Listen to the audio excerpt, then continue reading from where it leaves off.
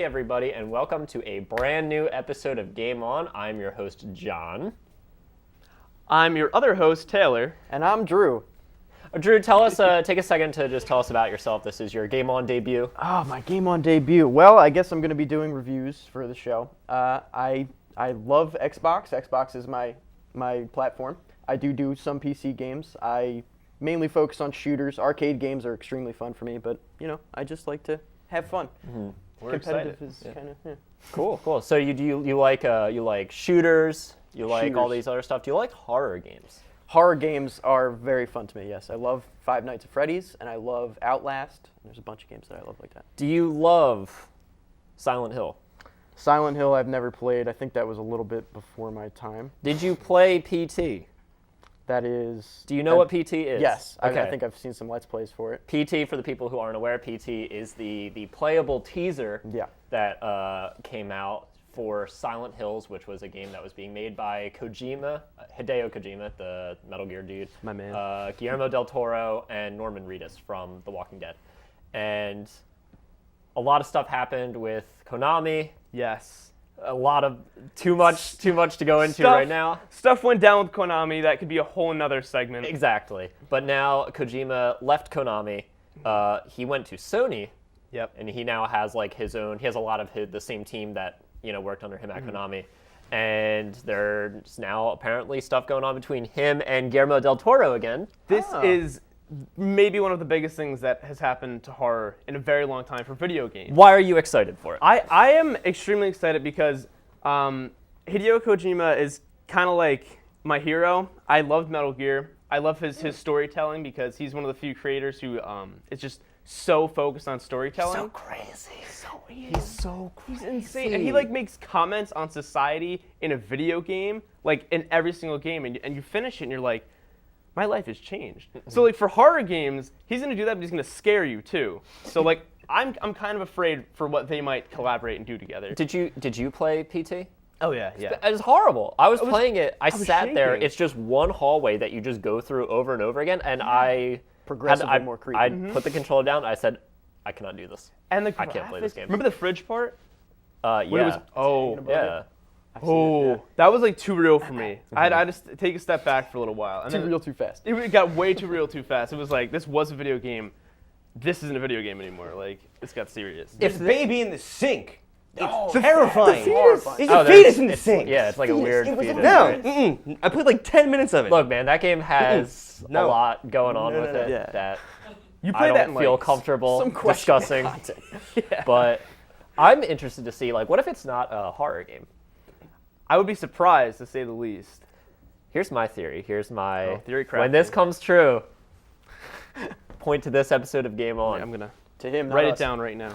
as I am an oracle.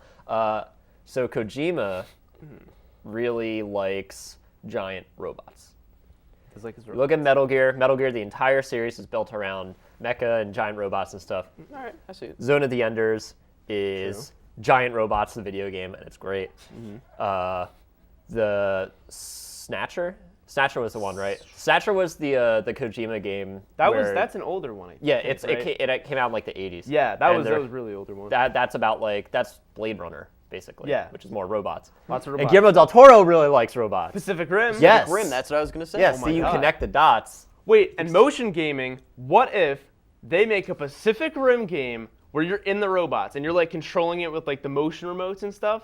I don't think anyone would actually play it, but I think it would be a really cool concept for sure. It would be the whole 9 yards if it ended up being scary, too. I don't know how they'd pull A it off. scary giant a scary robot game. giant robot I think game. giant robots are actually scary enough on their own when you think about that How they're big they basically are. walking buildings. Yeah, I guess I that's mean, true. Pacific Rim, I got kind of spooked a little bit when they were with the monsters and were fighting all the monsters. So if they put that into a game, and especially with the new graphics and all the new things you can do with technology, especially the next generation, if they make a game where it's do you remember Shadow of the Colossus? Oh, I love Shadow Colossus. That is maybe one of my favorite games of all time. If they can pull that off with Kojima's storytelling and Toro's style, I think this game could be a classic, basically, for sure. It's one of the, Kojima, you can tell, through all of the Metal Gear games that Kojima has always had, this huge interest in cinematic storytelling. because I mean Metal Gear. Besides like Metal Gear 5, which is mostly like focused on the gameplay instead of like the actual Yeah, it's very different story. from his older games. Yeah, he very much like it. Like you get the impression that he kind of wants to do like film stuff, and I think Guillermo del Toro is such a good partner for match for him because all of Del Toro's movies are so like vivid and wild and crazy, and they're like these very like fleshed out, crazy worlds which guys like Kojima love to work in. Yeah, it's funny because Kojima, I remember, I think it was Metal Gear Solid 2, or the one for the PS2 where it like took place in the 60s. The way that ended, like, and Kojima stated this, like he has taken an interest in directing for a very long time. It just so happens that he had the opportunity to tell stories in video games. And so I think him being with Toro, like, I think he kind of looks up to him, and I mean, they probably look up to each other because they're both from two different industries, but they're both about storytelling, and they both take risks in all their stories. So I think when you put that into a video game, and people are going to watch it and experience it from both of their creative sides, so it's going to be really something amazing. I honestly don't think I've ever heard of a movie director, working with someone so closely on a video game. They tried it before. Del Toro was working on a game before called like Insane or Insanity. I remember the teaser trailer was just like, it was like a needle going into someone's eye or something. It was like a gore fest, basically. And then Steven Spielberg did Boom Blocks, the Wii game. Right, that's a Steven Spielberg produced video game. Wow. Yeah, I don't know how that happened exactly. Yeah, weird, right? Yeah. I mean, I never played it, but I mean, it looks cool. I did. I'm sure it had that Spielberg touch. Maybe Lucas really. too, and Lucas did some of the Star Wars games, right? Yeah, and then he's like, no, that this is the game that I actually wanted to make, and he puts it out like 20 years later. Yeah. That's all the time we have for news, but when we come back, we're going to talk a little bit about Rocket League, how it's now out for the Xbox One, so stay tuned.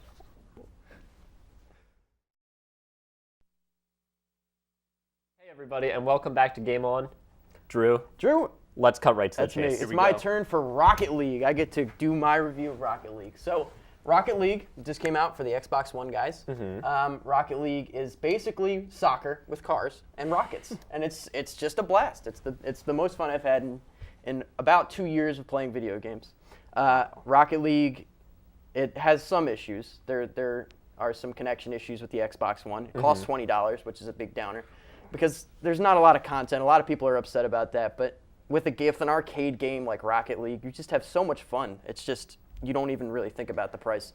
When you say that there's not a lot of content, what do you mean? Because I think when someone is coming to a game like Rocket League, like they're coming for like that core gameplay. Exactly. So essentially, it's if you're coming to Rocket League, you know what you're coming for. You're coming for the cars, the soccer ball, and the net. So really, essentially, if you're coming to the game, you're not really going to be worried about the $20. That's at least what I was thinking when my friends and I bought it. So over the past 2 days, I've logged about 9 hours on Rocket League, which is pretty much out of this world. I never play video games for that long, and Rocket League has just been insane to me. It's Do you think it would have been better if they marketed it as free with microtransactions, like you could customize your car and that kind of thing? I kind of have a gripe with microtransactions, and my gripe with it is that it's kind of like a pay-to-win thing sometimes. But I don't think they're going to go that route with Rocket League because they've already had the $20. That's good. But sorry. No, you're good. Go ahead. They do have the pricing structure on, because it's also on PS4 and PC. PlayStation. The pricing structure is they have the $20, and then you kind of just get the game. And they've been pushing out a lot of free updates. And there's that's really good. There's been DLC packs, but those are mostly like new kinds of cars. Like you could buy the DeLorean from Back to the Future. Nice. It was like $2, you get the car. It was on whatever the date was, Back to the Future 2, where it's like, oh my God, it's the date from the movie. Do you get the flame trail too when you're going around? I think so. You do. Because they have to. You definitely do. It's so fun. That's really like the most cool. important thing to man. have. Yeah. What's your favorite part of the game in your 9 hours playing it? So my 9 hours playing it has been consistent of mainly playing bots. I've played a little bit online. When I play online, it's a bit laggy. I kind of have that issue with the Xbox One, mainly because it's a potato. But so I play on online, and I play both. The best part about it is that everyone is horrible at the game. And in everyone's horrendous ability at playing soccer with cars, when something amazing happens, whether it's for the opposite team or for your own team, you don't care. Yeah. It's like, oh my God, that was incredible, good job, you know? And I don't get that with very many games anymore. Usually when I'm sorry. I think they did a really good job actually like developing their matching system. I don't think I've had consistently a bad stream of games in Rocket League. Obviously, you'll get paired with kids that you can like 12-0. I've done that. Go me. But thank you. Very good. But no, their matching system is usually pretty good. They usually don't stray that far from competitive. You usually can get into a good game regardless of skill level, which is really good in a game that can encompass just a normal casual player that just picked a game up and wanted to just have some fun with friends, and insane people like me that play like threes religiously and should probably consider going pro, but I don't have the time or drive to do it. Yeah. I'm so I don't good think at it, though. I don't think the world is ready. The world for is not Kevin ready. Atari professional Rocket League player. They are not ready at all. for my ability to come lunging down from half court and then miss a lot. That's the best part, And then though. someone else will score for me because I'm the distraction, and that's what I tell myself to make myself feel better. The best part is that you can be competitive with it. If you work with a team, you can actually get this ball in the net, which is one of the hardest things to do like I've ever done in a video game. But I really wanted to talk about how with multiplayer, it's kind of, man, what was I talking about? Someone else. I lost my train of thought. I can start one. Maybe you can. Okay, work go on it. So I think one of the reasons why Rocket League like really gets its hooks in people is, number one, it's one of those games where you can feel yourself getting better at it as you're playing. Like you start off and you don't really know what you're doing. You're just driving You're driving after the ball constantly. You're just going straight. Kevin, what are you doing? Why are you getting so mad over here? Rocket League, though. Talk about Rocket League. Rocket League. He's just excited. I'm being League. challenged by the control room upstairs. The control room is back there. You're here. You're on the floor. We're in man. Rocket League right Listen, now. it's like there's voices in my head, man. I don't know, but it's just this ear. I don't know why. We all have voices in our head. So it's fine. It's fine. It's funny that Rocket League exists, though. Like, I just want to make that point because, like, Rocket League, originally it was, I believe, only for PC when I saw it, way back. Definitely. And it just, like, exploded on the scene. You see it everywhere. It's cars playing soccer. Like, I don't think we quite understand that it is cars playing soccer. Well, and it works. that's I think what's great about Rocket League is that Rocket League is the first video game. You heard it here first. Rocket League is the first video game that I feel comfortable calling an esport. I agree with that. It's here. I'm perfectly fine with that. Because it's just like anyone can watch it. Like someone who has never played a video game before can look at it and you just say, "Oh, it's like soccer except you're in like cars." It's so simple. Yeah, it's not like you could put Rocket League on like ESPN and someone could watch it. They might not like video games, but they'll still they can understand it and they can get excited because Rocket League is an exciting game when big plays happen. It's just like a real sport. Like, if you put like League of Legends on ESPN, No one's gonna know. It's like people so can't complicated. process it. They're barely like, why is argue, Lord of the Rings on ESPN right Yes, now? so true. There's too much They're like, to get spells into don't it. belong here. Yeah. Rocket League is so simple and it's so pure. Oh, yeah. It's so Beautiful focused. in its simplicity. I think what they did right is they got the mechanics perfect, which is a lot to say for games nowadays because I don't know how they did it, but everything works incredibly well together. I think that's a lot of the reason why the success and why this can be classified as esport is like it is so simple while I don't know how to explain Very it. fleshed out, Yeah, too. It's very fleshed out. You can do everything in it with a few small little things you can do. And it's very sandbox. You can do pretty much anything in custom games, which is the best part. But I have to give a review for it, and I did have some issues. My Xbox crashed a few times. It froze, and I was playing split screen, and it Don't was... blame the potato for the game. That's true. I can't blame the potato for the game. So I'll give it a 4 out of 5. It's pretty hard for me to get 5 out of 5. I think I'm a pretty snob. I'm a bit of a snob, but yeah, I'll give it that. Yeah. So All right. we still, we're good. Awesome. There you have it. Rocket League 4 out of 5. When we come back, we're gonna be talking about a little bit of Street Fighter. So Ooh. stick around. Did I just punch you? A little bit. I'm so sorry. That's okay. I got a bruise. Domestic.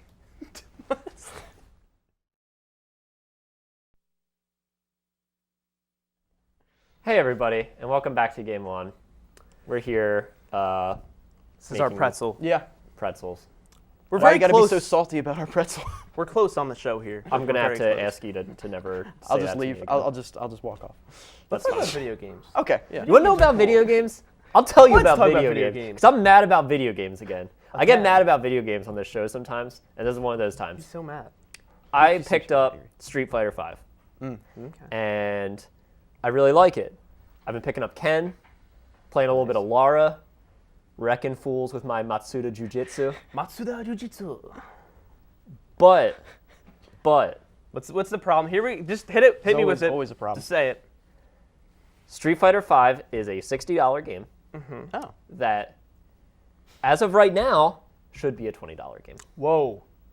That's a bold statement. Why do you say that? I say that because here are the modes that are in Street Fighter V at launch.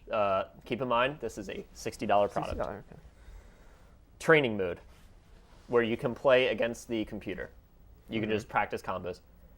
Versus mode, 2-player versus mode. There is no versus mode against the computer. Whoa. There is no arcade mode. No. There is no spectator mode. You're kidding. None of the alternate costumes are in the game besides the DLC ones so far. Wow. Hang on. Are they releasing more stuff for this? Yeah, so the story mode Okay. that they're coming out with. They're comes coming out with. They Yeah, didn't even launch in- a story. in Oh June. my god. You have to pay It extra comes for out it. in June. No, it's free. Here's thank the thing. God. So the the dude that the Street Fighter dude, Yeah, he was talking about it, and he said that the story mode is probably going to be 1 to 2 hours long, or maybe even more of that. And he said that it is so good, we could sell this separately. You know what that means? It's gonna be said DLC. that. He said that with a straight face. He just lied. This is so to good. Everyone. That we could make it another game. June. It comes out in June. So That's if ridiculous. you're not playing online in Street Fighter, you can you can practice combos on the computer, or you can go into survival mode, which is basically you just play 1-round matches against the computer, and all of them have they have different variables or whatever. You can heal afterwards and stuff, and that's how you unlock the alternate costume. If you want to unlock the alternate colors. The final alternate color, you have to go into survival mode, the hardest difficulty, and you have to do 100 matches. How are you supposed? I don't get And this. if you though. lose one, it resets the whole thing. It resets the whole thing. Which I mean, that's stupid. But that's a collector's thing. If there was other content in the game, that could have been fine, for crazy people. But the issue is how are you supposed to play versus? Me being a very bad person at fighting games, if I can only practice on a CPU that stands there, and I can only practice combos. I think what you can do is you might be able to set the computer level in the practice mode so that you can. I think it's 1 to 10 or whatever. That's how it was in the Kinda other like Street Smash. Fighter games. So it's not just standing there, right? Uh-huh. Okay. Or and you can beat it up, but it's not a real match. You're still in practice mode. Yeah, it's still a training you're mode. still. There are you people, still have infinite health. You still have all this other stuff. Yeah. people around the world are so good at fighting games that Yeah. computers can never compare. I know a bunch of people that are just way too good. The competitive scene for games like this is Fighters, yeah. insane. Yeah. And obviously they made this purely for the competitive scene because there's nothing else for, Just a computer. for anyone else. doesn't fight Well, back. that's the thing with this game. The frustrating thing is that Street Fighter V is really, really good. It's fun. It's accessible. It looks great. It plays great. The music is great. Everything about it is awesome, but there's just there's so little game there at launch. And I understand why they put it out when they did, is because EVO. They wanted to. EVO comes up in, is it? It's close. It's May or June, I forget. Or maybe it's summer. Pretty I sure don't it's remember. I think it's coming up in the summer. next couple months. And so they wanted to get the game into people's hands because they're trying to push They need Street that Fighter game V out. as an esport. Capcom is going heavy. They're pumping money into it. They're trying to. They're kind of getting rid of Street Fighter 4 and stuff. You look at the production value on official Street Fighter 5 streams. That used to be in just local arcades, with this little camera. And it's just 2 dudes just sitting there playing, beating each other fight up. stick. And now they're on there's professional stages with these lighting setups and all that stuff. It's nuts. Yeah, But that the state of fighting games in general, I think this says a lot about it because Mortal Kombat is like everyone's classic game. Like a lot of people played that in their childhoods. And you had Street Fighter. I remember Soul Calibur. Dead or Alive. Dead or Alive. That's the too. one I played. That's right. And I think what we're moving towards is it's still a huge competitive scene, and it's serious, but it's definitely losing a lot of steam against like League of Legends and Hearthstone and stuff like that. So it's almost like they're just trying to purely make it like these 1v1 matches instead of having like all these classic memories you could have in like older games. You know, it's very different than it is now.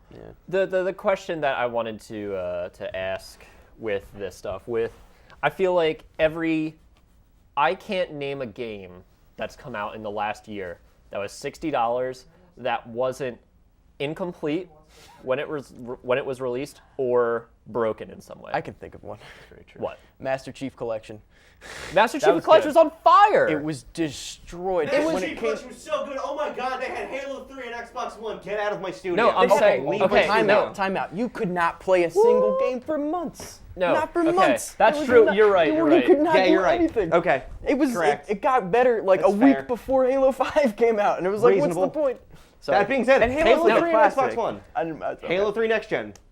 Halo 3 Next Gen. That would be great. Yeah, sure. Well, no, I'm saying I can't think of a game. I can't think of a $60 AAA game that's come out that isn't broken or incomplete. Every single one. Taking advantage of consumers in some sort of way. Yeah, and in one people, shape or like, the another. reason why they keep doing it is because people keep buying do it. these They games. do. Yeah. They keep buying it. I didn't buy Street Fighter for $60, I'll tell you that much. No. Bought it for $30 off G2A.com. Capcom didn't see a penny. G2A. That's the best place to buy games. Hopefully, Capcom doesn't sue us. But G2A is amazing. They sell their games for way cheaper than everywhere else. But getting back to like Shameless plug. yeah, I know, right? Getting back to the meta of new release games, it's becoming so normal that it's getting really worrisome because people are getting used to it and they're still buying the games. So it's very bad for the industry in general. It's becoming a hobby for rich people.